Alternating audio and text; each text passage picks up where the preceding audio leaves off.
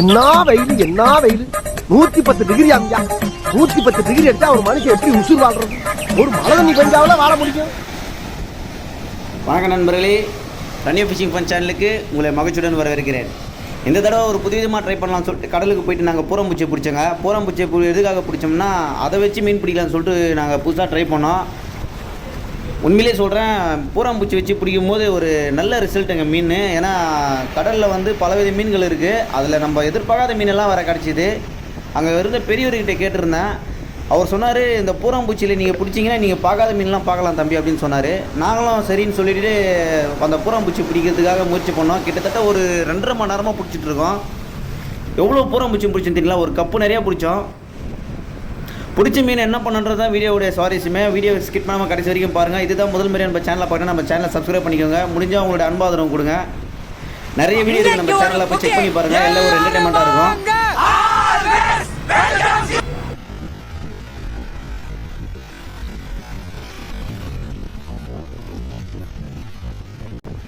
இந்த பூராம்பூச்சியை எப்படி பிடிக்கணும்னு பார்த்தீங்கன்னா, கையில் நம்ம வந்து ஒரு நண்டோ ஒரு மீனோ பாதியாக பிடிக்கிட்டு நீங்கள் கடல் தண்ணி இப்படி வரும்போது அந்த கரை ஓரத்தில் போய் இப்படி வச்சு பார்த்தீங்கன்னா ஒரு சின்ன கலரில் வாம்ஸ் வந்து எட்டி எட்டி பார்க்குறது நீங்கள் நல்லாவே கண்கூடாக பார்க்கலாம். அப்படி பிடிக்கிறப்போ அந்த பூச்சிக்கே தெரியாமல் நம்ம அந்த தலைப்பகுதி, அதாவது அதோட பின்பக்கமாக நீங்கள் அந்த தலைப்பகுதி பிடிச்சி இப்படி வலிச்சிங்கன்னா அந்த பூச்சி ஒன்று நம்ம கையில் கிடைக்கும். அப்படி தான் இந்த பூராம்பூச்சி நம்ம பிடிக்கணும்.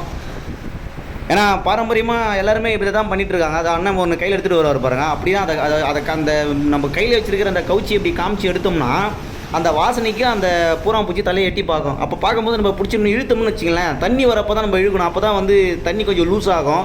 நம்ம இழுக்கும் போது அது நம்ம கையோடு வந்துடும். அந்த மாதிரி தான் பூராம்பூச்சியை பிடிக்கணும். நிறைய பேருக்கு இந்த விஷயம் தெரியாது. தெரிஞ்சிருந்தால் ஒரு கமெண்ட் செக்ஷனில் தம்ஸ் அப் சிம்பிள் ஒன்று கொடுத்துருங்க.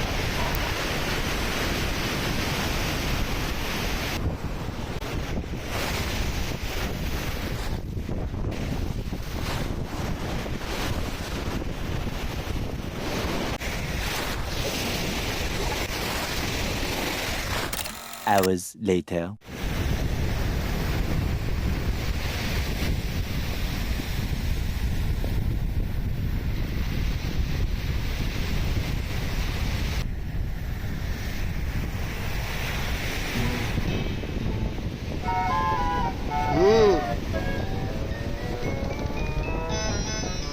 ஆஹா என்ன கணம் மங்கினி பாண்டியனை இன்று மதிய உணவுக்கு இதை தயார் செய்து விடுங்கள். சற்று நெய்யை தூக்கலாக ஊற்றி நன்கு சிவக்கும்படி வறுத்து விடுங்க. இப்போ நம்ம என்ன பண்ணிட்டு இருக்கோம்னு பார்த்தீங்கன்னா, பிடிச்ச பூராம்பூச்சி சீக்கிரம் சாகாமல் இருக்கிறதுக்காக ஈரமண்ணில் நல்லா அதை பெரட்டி நாங்கள் ஒரு டப்பாவில் போட்டு வச்சுக்கிறோம். அப்போ தான் நாங்கள் வந்து போடும்போது கொஞ்சம் ஃப்ரெஷ்ஷாக இருக்கும். மீன் வந்து சாப்பிட்றதுக்கு அதுக்கு கொஞ்சம் நல்ல இதுவாக இருக்கும். அதுக்காக தான் நம்ம அந்த மாதிரி ஈர மண்ணில் போட்டு பெரட்டி. இது நிறைய ப்ராசஸ் இருக்குது. இது நிறைய பேர் இந்த விஷயம் தெரியாதுங்க. அதனால் அந்த கரெக்டாக அதை பண்ண வேண்டியதை பண்ணிக்கிட்டோம். நாங்களே தான் ஃபஸ்ட் டைம் அந்த மாதிரி பண்ணுறோம். நம்ம வீடியோவில் இதுதான் முதல் முறையாக தான் நம்ம இந்த மாதிரி பண்ணுறது.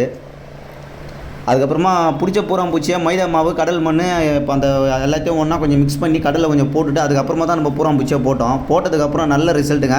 வீடியோ கடைசி வரைக்கும் ஸ்கிப் பண்ணாமல் பாருங்கள். ஏன்னா இந்த பூராம்பூச்சியில் நாங்கள் பிடிச்ச என்னென்ன மீன் நீங்களே பாருங்கள். கலராக மாச்சு. நாங்கள் இது வரைக்கும் பிடிச்சிருக்கோம், ஆனால் இந்த அளவுக்குலாம் பிடிச்சதில்லை.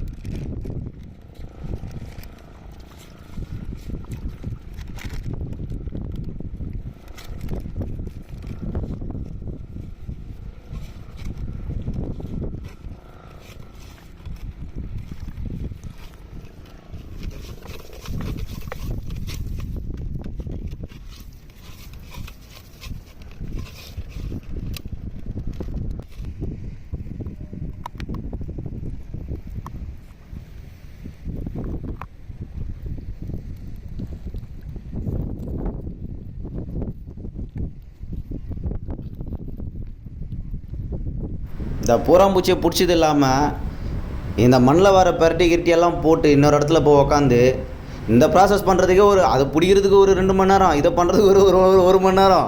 இவ்வளோ தூரம் கஷ்டப்பட்டு நாங்கள் போட்டால் முயற்சி பண்ணுறோம். ஒரு மீனும் கிடைக்கல. அதுக்கப்புறமா ஸ்பாட்டை மாற்றி போட்டு பார்த்தோம் பாருங்கள், அங்கே தாங்க நல்ல ரிசல்ட்டு. இது வரைக்கும் இந்த இடத்துல இவ்வளோ நேரம் உட்காந்துட்ருக்கோம். கரெக்டாக கிட்டத்தட்ட பார்த்தீங்கன்னா உச்சி வெயில் ஒரு 1-1:30 இருக்கும், 2 மணிக்கிட்டே இருக்கும் பாருங்கள். வெயில் காயுது, தண்ணி வர கம்மியாக வர எடுத்துகிட்டு குடிக்கிறதுக்கு டீஹைட்ரேஷன் ஆகும், முடியல. ஆனாலும் சரி நம்ம இந்த வீடியோ எடுத்து ஆகணும் அப்படின்றதுக்காக நாங்கள் அந்த இடத்துல மெனக்கட உட்காந்து பிடிச்சி முயற்சி பண்ணி பார்த்தோம். ஆனால் ஒன்றும் கிடைக்கல.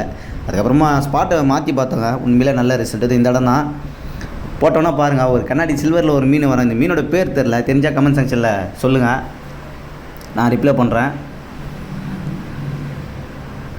இந்த மாதிரி நிறைய மீன் பிடிச்சோம். வீடியோ கடைசி வரைக்கும் பாருங்கள், ஸ்கிப் பண்ணாதீங்க. ஏன்னா பிடிச்ச மீனை என்ன பண்ணுறதும் அதுவும் சுவாரஸ்யம் தான், அதுவும் பாருங்கள்.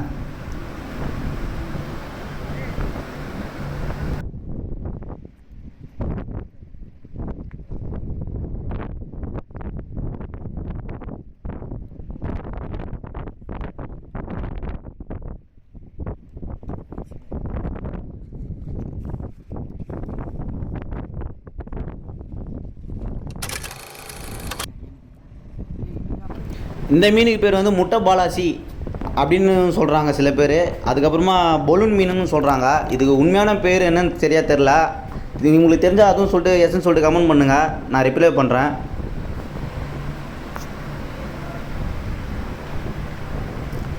பின்னாடி ஒரு மீன் அடிச்சு பாருங்க. அந்த மீன் வந்து பேர் பார்த்தீங்கன்னா கீச்சா மீன் சொல்கிறோம். இன்னொரு லோக்கலில் நாங்கள் இப்போ சொல்கிறது பேர் என்னென்னா நாய் கச்சானோ, இன்னொரு பேர் வந்து சொல்லுவோம். ஏற்கனவே ஒரு கவர் நிறையா பிடிச்சிட்டு அந்த ஃபுட்டேஜெலாம் நம்ம எடுக்கல. இந்த மீனுக்கு பேர் என்னென்னு பார்த்தீங்கன்னா கோழி மீன். இது சாப்பிட்றதுக்கு மறுபடியும் ரொம்ப அருமையாக இருக்குங்க. நம்ம இதோட கொஞ்சம் பெரிய சைஸ்லலாம் மீன் பிடிச்சி சாப்பிட்ருக்கோம், நல்லாயிருக்கும் இந்த மீன் கூட. பாருங்கள், டப்பாவில் வந்து அந்த பூராம்பூச்சி வச்சுருப்போம் பாருங்கள். அந்த பூராம்பூச்சி வச்சு தான் இந்த மீனெல்லாம் நம்ம பிடிச்சிட்ருக்கோம். என்ன கலரில் ஐயோப்பா எவ்வளோ அழகு பாருங்கள் இந்த மீன். நம்ம வீடியோ ஸ்டார்ட் பண்ணுறதுக்கு முன்னாடி இந்த மாதிரி மீன்லாம் எவ்வளோ பிடிச்சிருக்கேன். அப்போல்லாம் நான் வீடியோ ஃபுட்டேஜே எடுக்க முடியல.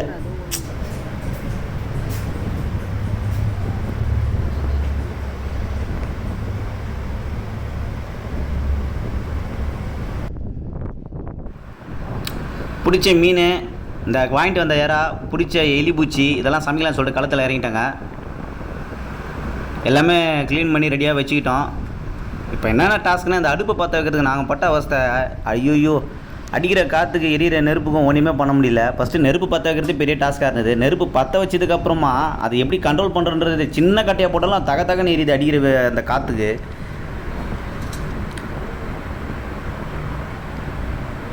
தண்ணிலாம் வீட்டிலேருந்து எடுத்துகிட்டு வந்தோம் குடிக்கிறதுக்காக. ஆனால் இதெல்லாம் க்ளீன் பண்ணுறதுக்காக பண்ணதுனால தண்ணி நமக்கு பற்றாமல் போயிடுச்சு.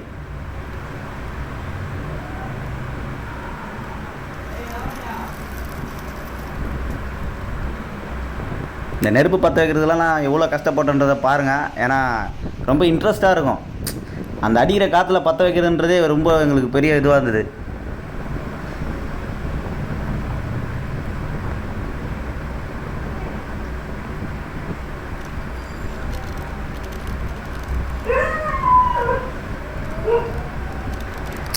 மசாலாவுக்கு தேவையான பொருள்லாம் வந்து ரொம்ப சிம்பிள் தாங்க. இந்த ஆச்சி மிளகாத்தூள், மஞ்சத்தூள், மிளகாத்தூள், அப்புறமா மீன் மசாலா, இஞ்சி பூண்டு பேஸ்ட்டு, எலுமிச்சப்பழம், தேவையான உப்பு, அவ்வளோதான். வேறு ஒன்றும் பெருசாலாம் நாங்கள் பண்ண மாட்டோம் எப்போவுமே. இது பண்ணாலே மீன் நமக்கு ஃப்ரெஷ்ஷாக தானே நம்ம சமைக்கிறோம். பிடிச்சி மீன் அப்போயே அங்கேயே பண்ணுவோம். அதனால் டேஸ்ட்டே வேறு லெவலில் இருக்கும் நமக்கு எப்பவுமே. அது ஐஸில் வச்ச மீன்லாம் எப்படி இருக்கும் நமக்கு தெரில. நம்ம அதிகமாக சாப்பிட்றது இந்த மாதிரி ஃப்ரெஷ்ஷான மீன் தான் சாப்பிடுவோம். எனக்கு மீன் தேவைப்பட்டுச்சுன்னா நானே கடலுக்கு போவோம், பிடிப்பேன், எடுத்துகிட்டு வந்து வீட்டு வச்சு சமைப்போம். அது எப்போவுமே அந்த மாதிரி தான்.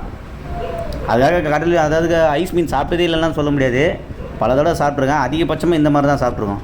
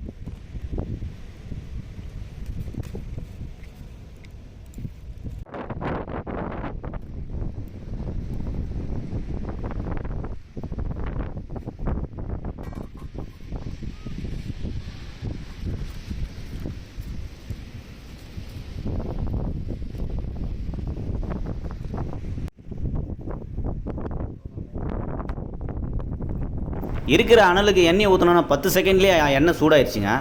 அவ்வளோ ஹீட்டு. ஏன்னா அடிக்கிற காற்றுக்கு நெருப்பை கண்ட்ரோல் பண்ணவும் முடியல. 4 பக்கமும் காற்றடிக்குது. ஓப்பன் வியூ வேறு. அங்கே பாருங்கள், பட்டாலே தெரியுது. எப்படா அந்த மீன் அந்த கல்லில் போடுவோம் அப்படின்னு பார்க்குற அந்த இன்ட்ரெஸ்ட் எனக்கு இருக்குது. போடுவோம் பாருங்கள். ஆகா, மீன், எறா, எலிப்பூச்சி செம்ம டேஸ்ட்டுங்க. அண்ணா ஸ்மெல்லு நம்ம அதை போட்டு ஒரு ஒரு ஒரு 10 நிமிஷத்துலேயே அதுலேருந்து அந்த ஸ்மெல்லு வர ஆரம்பிக்கும் போது ஐயோயோ அற்புதமாக இருக்கும். அது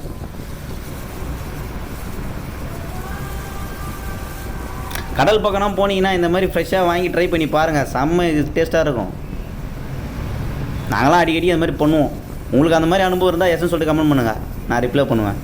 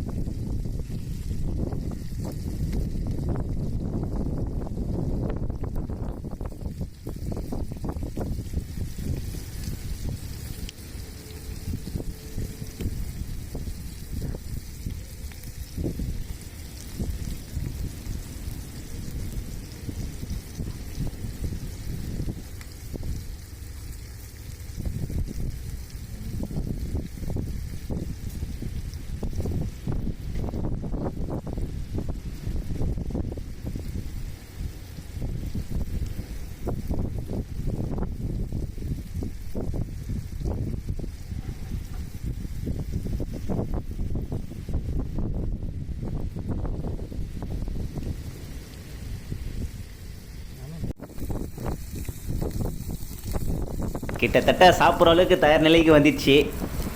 இதுக்கப்புறம் வெயிட் பண்ணால் நல்லா இருக்காது. பொட்டலத்தை பிரிச்சிட வேண்டியதா அப்படின்னு சொல்லிட்டு அந்த பொட்டலத்தை பிடிச்சி அந்த வறுத்ததெல்லாம் வச்சு சாப்பிட்டோங்க. வெளியே இருந்து நாங்கள் சாப்பாடு வாங்கிட்டு வந்தோம். ஒரு சில நேரத்தில் கஞ்சி எடுத்துகிட்டு வந்துடுவோம். ஐயோ ட்ரை பண்ணுங்கள் அதெல்லாம் ட்ரை பண்ணுங்கள். அந்த மாதிரி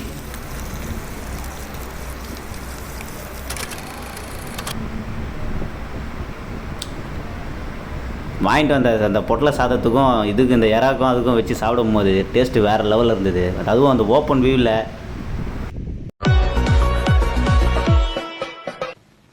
அவ்வளவுதான் காட்ட முடியும், அதுக்கு மேல காட்ட முடியாது. மற்ற கம்பெனிகள் காட்டலாம், ஆனா எங்க கம்பெனி காட்டாது.